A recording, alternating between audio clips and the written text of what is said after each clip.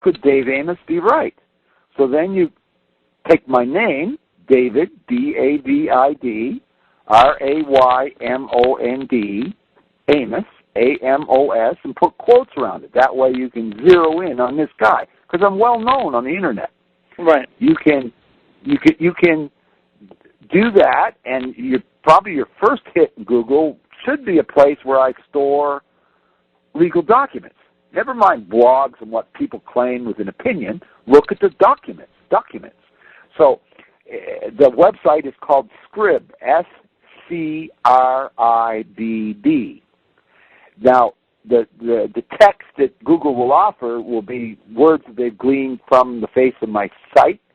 So I'm fairly adept with the internet, so if you put certain words, they'll pop up because that's what Google's robots will snatch. Right, the spiders they send out, right. Yeah, so you'll see the words, I'm not a shy political animal, or back in the woods from whence I came. You'll know you have the right website if you see a lone wolf with a big salmon in his mouth. I'm a maritimer who likes to fish. Now you know you're on the right website. Off to the left, there's a search bar. If you type in one word, a very important word that lawyers don't understand, integrity. Type in integrity. One of the files that will pop up is integrity, yeah, right. 27 sheets of paper. The top document is from the Deputy Prime Minister of Canada, admitting something happened between Wayne Easter and I, the former Solicitor General of Canada, on November the 19th, 2003. She doesn't say what, but she has to admit it. That's, if you check history, that's when Wayne Easter met with Attorney General Ashcroft. You can bet I was talking to him. That's the day between the two hearings. The next page is from your Inspector General of the Department of Homeland Security with a complaint number, whole bunch of legal double talk, saying he's going to investigate something, won't say what, and if he does find out, he's not going to tell me anyway. However, there's a complaint number, and he admits contact to his office on November the 21st. So then you scroll down to about page 13 of that document, and you will see a signed letter from Elliot Spitzer, dated November the 20th, thanking me for my information about the financial industries on the very day he testified. And there's your smoking gun. Never mind magic bullets, it's Elliot Spitzer's signature. November the 20th, 2003. And now you will understand that I am the whistleblower, and that's why the hearing went missing. And that's why nobody will say my name. And then you can say, well, I don't understand this. This is all financial mumbo-jumbo, and we've got this crazy Canadian rattling on a talk radio show down in Georgia. Well, true. All true. I'm a private citizen. I don't have to tell anybody anything of my business. However, it's everybody's business.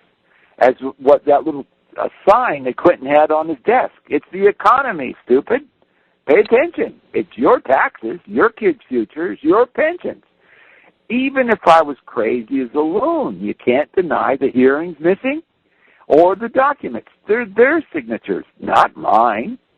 You'll see where John McCain wished me luck as I head home to run for Parliament again in that document. Costs you little to nothing these days of cheap printers and paper to print 27 pieces of paper, waltz down to see your congressman or your senator, go to his office at your tea party, after, any day of the week, send your wife the following week. Pop the papers on the desk and say, where's the hearing in the Congress on November, and who's this Amos guy? They got to answer you. You give them a document in writing, you deserve one back. They work for you. Well, with all this talk, surely, David, have you not had any experiences beyond death threats, email, phone threats, weird things happening to your vehicle? Tell us about some of that, if you don't mind. Well, I've had many. People have used my documents on any number of occasions to get themselves out of trouble. It's real simple. If you know something that can hang a crook and you flip them documents, you'll get what you want. But it's not doing the common good any good. Like, okay, here's an example. But have they tried to, like, cut your brake lines or anything ever? Sir, they threw my wife and kids in the street out of a home her father built. Her father has been dead since 1973. His estate is yet to be closed. My wife paid off the mortgage and homesteaded the house in an estate that's yet to be closed where I already proved financial crimes. It never even slowed the bastards down.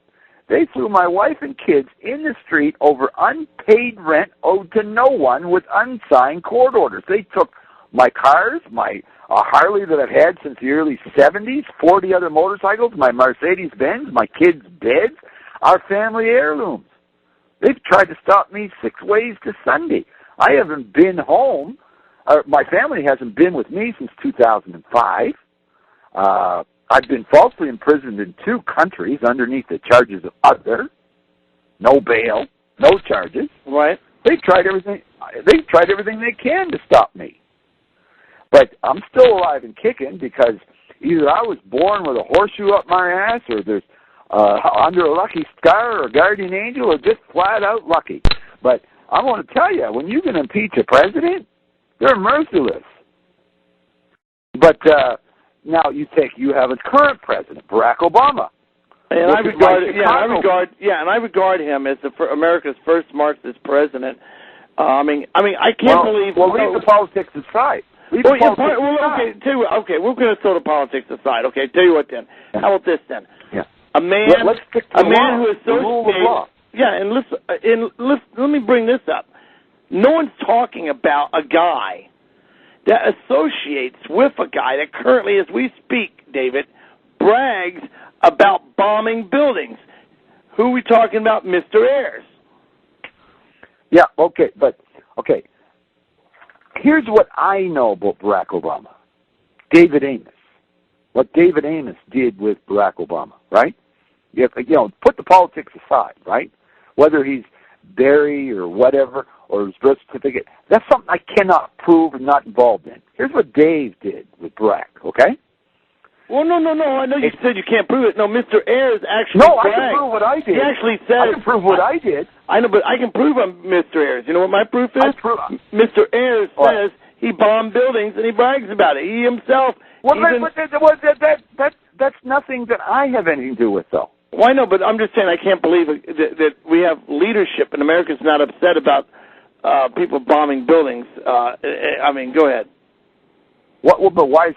Okay, by the same token, why is Ted Kennedy revered when he left a little girl to drown in a car? Absolutely, people are drinking the Kool-Aid.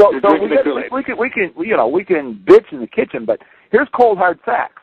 In the email I sent you, there was 2 other files. One was entitled Chicago, and the other was entitled Jesse.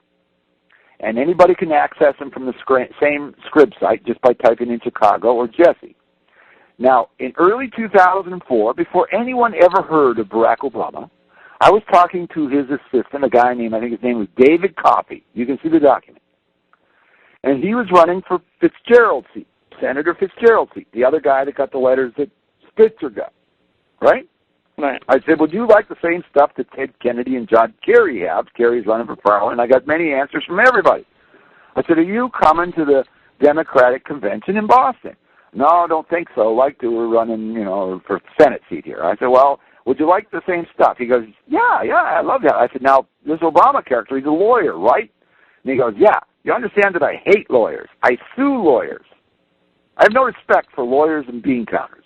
They're what's the cause of our problem. They control the money in the courts.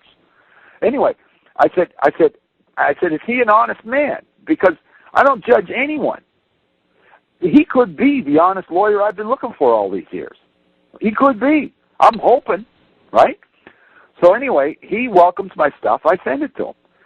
And now I go home and run for Parliament. And then I'm sitting up there, and I noticed that the General Counsel of the U.S. Treasury, who I'd taken on the year before, David Offhauser, who had quit and gone into a think tank, is now Global General Counsel for UBS. UBS are the people that put that funny money in Baghdad for the benefit of Power Corp in Canada. And I'm going, wow, ain't that special? So I'm calling UBS saying, you got David Offhauser for your general counsel. Ain't that special? Tell him Dave Amos said hi.